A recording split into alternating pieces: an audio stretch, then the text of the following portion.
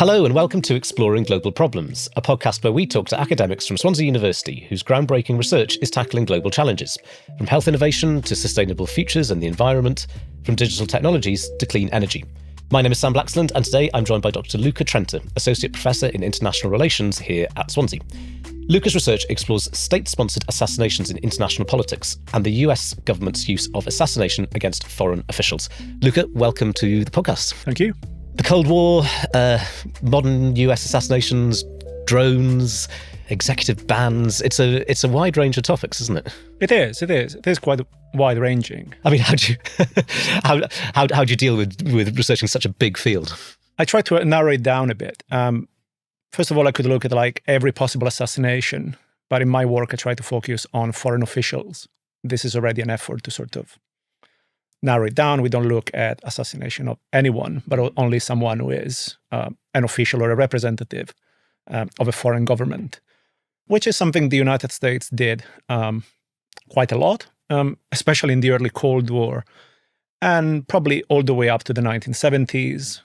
Then there is a bit of a lull under the Carter administration, which is very short, there's only one term, sort of mid-70s to 1980.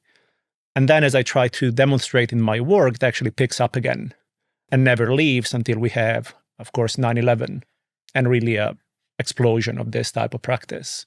So this is historical work, but also much more contemporary stuff as well. It is primarily historical work and somewhat at the intersection of international relations and history. I do primarily archival research or semi-structured or free interviews with former policymakers, former CIA officials, journalists.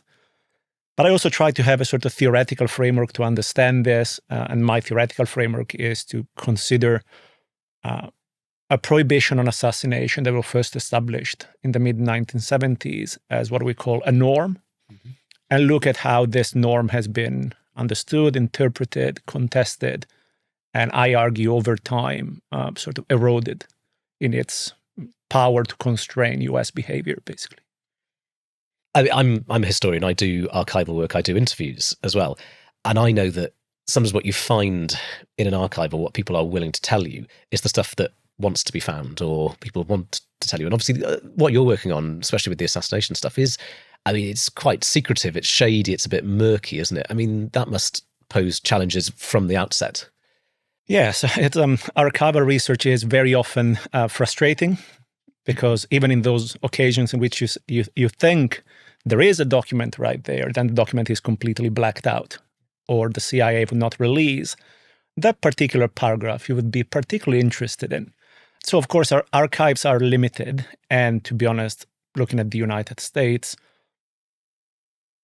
everything post-Reagan is difficult to find. Even going to presidential libraries and so on. H.W. Bush Presidential Library, let alone Clinton, they contain very little material, and if it's on a secretive topic, it's even less likely. And this also poses a problem for interviews, because you have to be very vague about the topic you're researching, because if you're writing to a former CIA director asking, would you be willing to talk about the CIA and assassination? You will not get an answer. So I tend to use, would you be willing to talk about the CIA and its counterterrorism policy? And then as we are talking, I move slowly towards the topic that I want. And so, but it is quite challenging to find interviewees. I think one of the things that helped is that if you find those that have already discussed these issues publicly, then you get a sense that maybe they are willing to talk and be on record discussing even controversial topics and so on. In this country, with archives, with state documents particularly, there's broadly, for a long time, there was the 30-year rule, wasn't there, where you couldn't see anything that was that had been produced in the past 30 years. Similar with the US? It's quite similar to the US, yes. Some archives have a 50 years embargo, some have 30. But then even after the embargo is finished, it is still in the power of presidential libraries or whatever agency to keep the document classified, to not release it, to release it only in part, to deny Freedom of Information Act requests. I got my nice pile of CIA letters deny my request for freedom of information or send me documents that are exactly already available online without any change at all. So this might just be a bit of a historian's question, but it must be cool to go to some of these particular libraries and archives. Oh, yeah. It's taking you to great places. Yeah, some great places and some less so, I guess. Presidential libraries, of course, are in the city in which the president was born. Some are in nice places, some not so much. For example, the Reagan Library is in a very nice side of California. Nixon Library is in a not so nice side of California. Or Clinton Library is in Little Rock, which is in Arkansas. So it's Arkansas, yeah. It is not like, I don't know if we have that many listeners from Arkansas, but careful. I don't find, let's say I don't find particularly appealing in case we have a major constituency of listeners from Arkansas. But many of them are in Washington, Library of Congress, of course. It's a great place to do research. Carter Library is in Atlanta. So Johnson Library is in Austin, Texas, which is a very nice place. And again, I know from archival research that you very rarely find that absolute golden nugget that really stands out to you. But you must have, nonetheless, come across some really interesting stuff in these places. Yeah, it's always difficult to find your smoking gun, so to say. Very often is. Especially with your topic, yeah. Especially with my topic, yes. I haven't found any gun in archival boxes. It's always more of a matter of collecting sort of fingerprints and hints and so on. I guess it only happened twice that I found two documents that I thought were really, really cool. One is one of the titles of my article with Henry Kissinger saying that it would be an act of insanity and national humiliation to have a law prohibiting a president from conducting assassination, which you think, yeah, that sounds like something Henry Kissinger would say. Yes, a bit of a hawk on these things. Yeah. And then another one, which is also related to Kissinger, is more of a niche event, but Kissinger had testified for years that the United States had stopped supporting a 1970 coup against Allende when it became clear that there would have been problems and so on. And basically the testimony said after the 15th of October, the White House stopped being involved in this. If the CIA continued, it continued independently, which was a way for the White House to say, if you want to blame someone, blame the CIA, not us. And I found a document in the Nixon Library with Kissinger aide at the time, Alexander Haig, basically saying we're keeping a close eye on developments, continue plotting, and so on, which again is a smoking gun contradicting a testimony from Kissinger. So, but it is very rare. It is a rare occurrence that you find, that's exactly what I want. Yeah. I mean, what are some of your overall arguments and conclusions then about the way that the US in particular has behaved on this topic? There tends to be a general consensus in most of the literature that the United States did assassination quite frequently in the early Cold War and up to the mid-1970s. And after you have a ban on assassination basically stops until it is completely reinterpreted into targeted killings after 9/11. My argument is that actually assassination never really goes away. What the executive order banning assassination does is make the United States approach assassination differently. The US government starts talking about assassination differently and starts deploying assassination differently, but it never stops. And so in the book that is about to come out, I look at various cases from the 1980s against Gaddafi, against Noriega, against Saddam. I also look at the pre-9/11 operations against bin Laden, where it had already been concluded that the United States could easily target, kill, or assassinate, I guess, a terrorist leader without violating the ban on assassination. This might sound like a simple question, but I suspect it's probably a difficult one to answer. But why does the US want to do these things? It's always been sort of my view that in some ways you can take out a key figure, but there's always other people there who could either fill their shoes or who believe the same things. This is quite interesting, and it's interesting that it is recognized by the US government itself. Very often, even in the early Cold War, you have debates within the US government that say, well, even if we were to be able to kill Fidel Castro, it wouldn't actually make much of a difference because the people around him are like him or worse. Yeah. Or his family. Yeah. And so one solution considered is, let's kill them all. So there are some considerations of killing Fidel Castro, Che Guevara, and Raul Castro. There is a famous attempt to down a plane on which Raul Castro was flying through a CIA contact that was one of the pilots for the Cuban National Airways, I guess. So that is one of the options. Let's try and kill them all. The other option as to why the United States does it, I mean, the rationale changes, I guess, but it is a good way of looking at the changing priorities in US foreign policy. So in the early Cold War, the rationale is to prevent Soviet influence in that certain country. In the sort of mid-early Cold War is primarily to discredit or prevent the success of the Third World movement and so on. And then in the 1980s, you start having a change in US rationale. It starts being assassination against sort of rogue leaders or leaders of rogue states or leaders of states supporting terrorism. And generally leaders that the United States does not want to or struggle to deal with. Of course, in the early Cold War, there is also a certain racial element here. Most of the targets are from the global South, for former colonial territories and so on. The idea about a sovereign state going into another sovereign state and trying to take out a very key person in that area. I mean, this is directly contradictory to international law broadly, isn't it? Does the US do it because might is right? In the early Cold War, the US does it covertly. So perhaps in an effort to avoid being seen as violating international law. In more recent times, the US does it in a way that builds a supposedly legal and international legal framework. So what becomes very prominent starting in the 1980s is that the US government does not do assassination. What they do is self-defensive strikes. Yes. There is a whole rhetoric and a whole set of linguistic maneuvers to get away from admitting that the US government is doing assassination. So, for example, at one point, one of the legal advisors in the Reagan administration says the fact that Gaddafi is a head of state does not actually give him any immunity if he is present at a targetable military infrastructure. Which you think? Does it? But this becomes one of the justifications used by the United States. So if a leader happens to be at that precise military infrastructure that we are bombing to the ground, then it's his fault. Like, it's not our fault. It was not our intent to assassinate that leader present at this military target. We're just bombing the military target. So there is a lot of linguistic maneuver. There is a lot of denial, Cohen denial about the facts are not denied. What is denied is the interpretation surrounding the facts. And so on. Are you surprised that sometimes it's not more controversial or hasn't been more controversial than it was?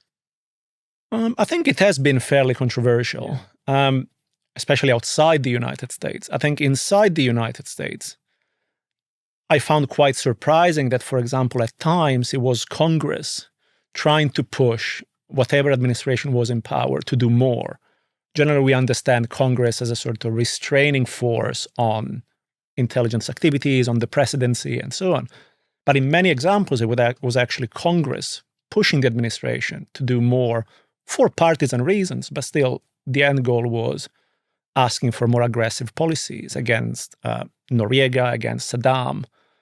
Of course, outside the United States, it is very controversial. And to be honest, we are seeing the repercussions of controversial episodes like the killing of Soleimani. There's clearly been a spike in Iranian assassination attempts in various European countries in the aftermath of the Soleimani strike. And of course, there is plenty of debate in the UN. As you said earlier, it is a violation of international law. Could be understood as violation of various domestic legal regimes as well. So, and if your work has an aim, I mean, obviously it's fascinating and it's interesting stuff, and that in and of itself is valid. But if your work had a wider purpose, is it almost to raise awareness of the fact that this is happening and has been happening for a long time? It is in part to raise awareness, certainly, to a certain extent. Research in history and so on tends to raise awareness about something that is perhaps lesser known.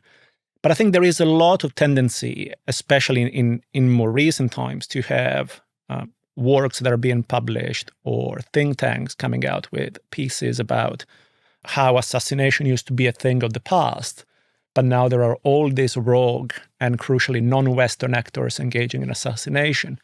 So one of the purposes of my work is to say, Yes, that is very true. There are plenty of non-Western states engaging in assassination, from Iran to Russia to Rwanda and so on. But the West is also culpable in this process, because it has often engaged in assassination and has made an effort to legitimize and publicly legitimize practices that amount to assassination in all but name. So it is both to raise awareness and also to raise a better sense of perspective about the topic. Is this perhaps where the issue of drone strikes comes in as well? Because if we think about, like with Soleimani, if you're taking out people, but maybe doing so in a slightly indirect way. I mean, there's a novel written by Owen Shears, who works here, about I think it's I Saw a Man, which is about this and about the sort of not just the complicated moral element of taking people out by drone strikes, by sitting, in the US just controlling something and killing someone from afar, but also that slightly muddies the water again about definitions, doesn't it, and what you're doing. I mean, ever since 9/11. It's interesting to see that before 9/11, the United States criticized Israeli policies of extrajudicial killings. After 9/11, the US started doing the same thing, primarily via drones, starting in November 2002. And then, of course, they skyrocket under the Obama administration and so on. But they are done, or the US administration engages in drone strikes, having built a legal framework that distinguishes them from assassination. But of course, this legal framework might be persuasive for the US government or US audiences. It doesn't necessarily mean that it is persuasive for the international community or the UN and so on. And so there is a sense of like, well, if the United States is doing it, why can't I do it? It sets a sort of precedent. And of course, it's a precedent set by the United States that for a very long time has had a sort of hegemonic pull on the international community. If such an actor does it, why can't I do it? It leaves you thinking, doesn't it? If you're broadly in favour of the United States, think it's a democratic, liberal democracy, and you think, well, okay, they're probably broadly the good guys in the fight. So you might not think that, of course.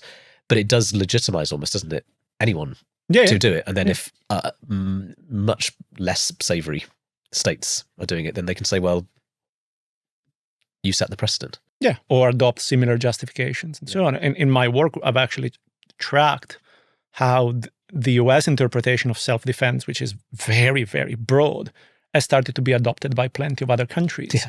And in similar context, even if you look at, regardless of how crazy they are, but Vladimir Putin's justifications for the Ukraine war, at least initially, I mean, now that the war is going badly, I started going back to this, 8th century Russian princes, like he did in the Tucker Carlson interview.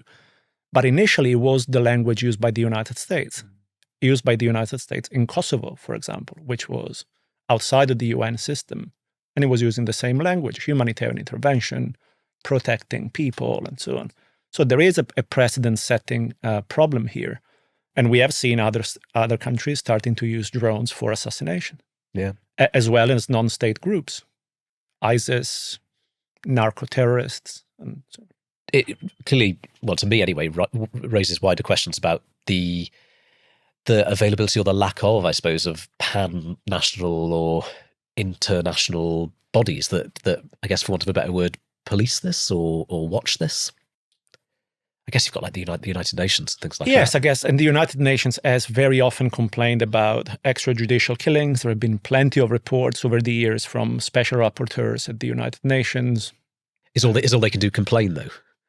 Yeah, pretty much. The US government has shrugged their shoulders and said, yeah, okay, we'll continue to do it. We talked about the archive stuff, but you also mentioned interviews. Mm-hmm. You also mentioned Kissinger, who's just died recently at the age of 100. Did you ever manage to speak to him? No. This is a sort of almost off-the-record type of thing, but one of the interviewees one time gave me Kissinger's home number that he had from the 80s. But he would not allow me to say that he had given me the number. So I never really had the courage to call the number, because I thought, what do I do? Pretend to be a pizza delivery guy and say, oh, by the way, did you order pizza? But also, did you try to overthrow Allende in Chile by any chance? I never called. I mean, he's got such a distinct voice, you'd have known, wouldn't you, when exactly. when he answered the phone. I mean, just for context, Kissinger was the Secretary of State, which is the kind of foreign minister, I guess. It was also national security. It was both Secretary of State and national security advisor, something that never happened. Under Nixon? Under Nixon and then under Ford. And then under Ford as well, yeah. And a very, very significant figure and quite sort of, hawkish, like we said, on international affairs. So, but I do know that you met Jimmy Carter. I did. Who president of the late 1970s before Reagan. Yeah. And again, still alive. I think he's 99. Yeah, I think he's been in a hospice for the past few months, and his wife just recently died a couple of months ago, I think. But obviously, former president, very significant. Yeah. I have here on my notes that you cooked dinner for him and the family, so you've got to tell us about that. I mean, people that will know me will have heard this story for years, but I was doing research during my PhD at the Carter Library, and I was told by the secretary at the Carter Library that he was supposed to come and visit the cafe and so on. And so I spent all the day in the cafe, but he never showed up. And the secretary felt very guilty, and so she put me in touch with somebody who lived in Plains, which is where Jimmy Carter was born and where he was living. He has been living ever since leaving the White House. And these people were the ones managing an Airbnb where Carter had been born. So they had this historic house that they rented out and so on.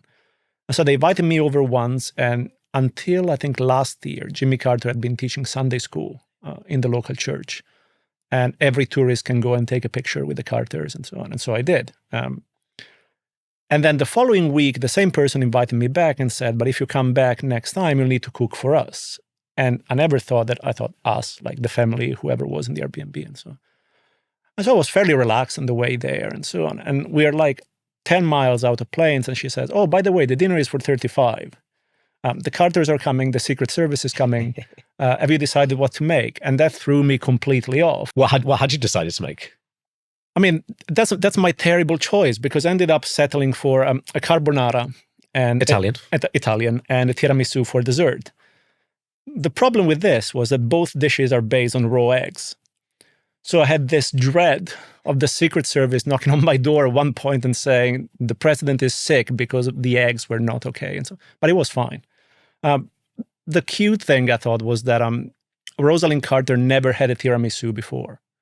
It's the best dessert in the world. And I thought, that's really odd. Like, I don't know, never had a state dinner in Italy during the presidency in which somebody made a tiramisu and so on.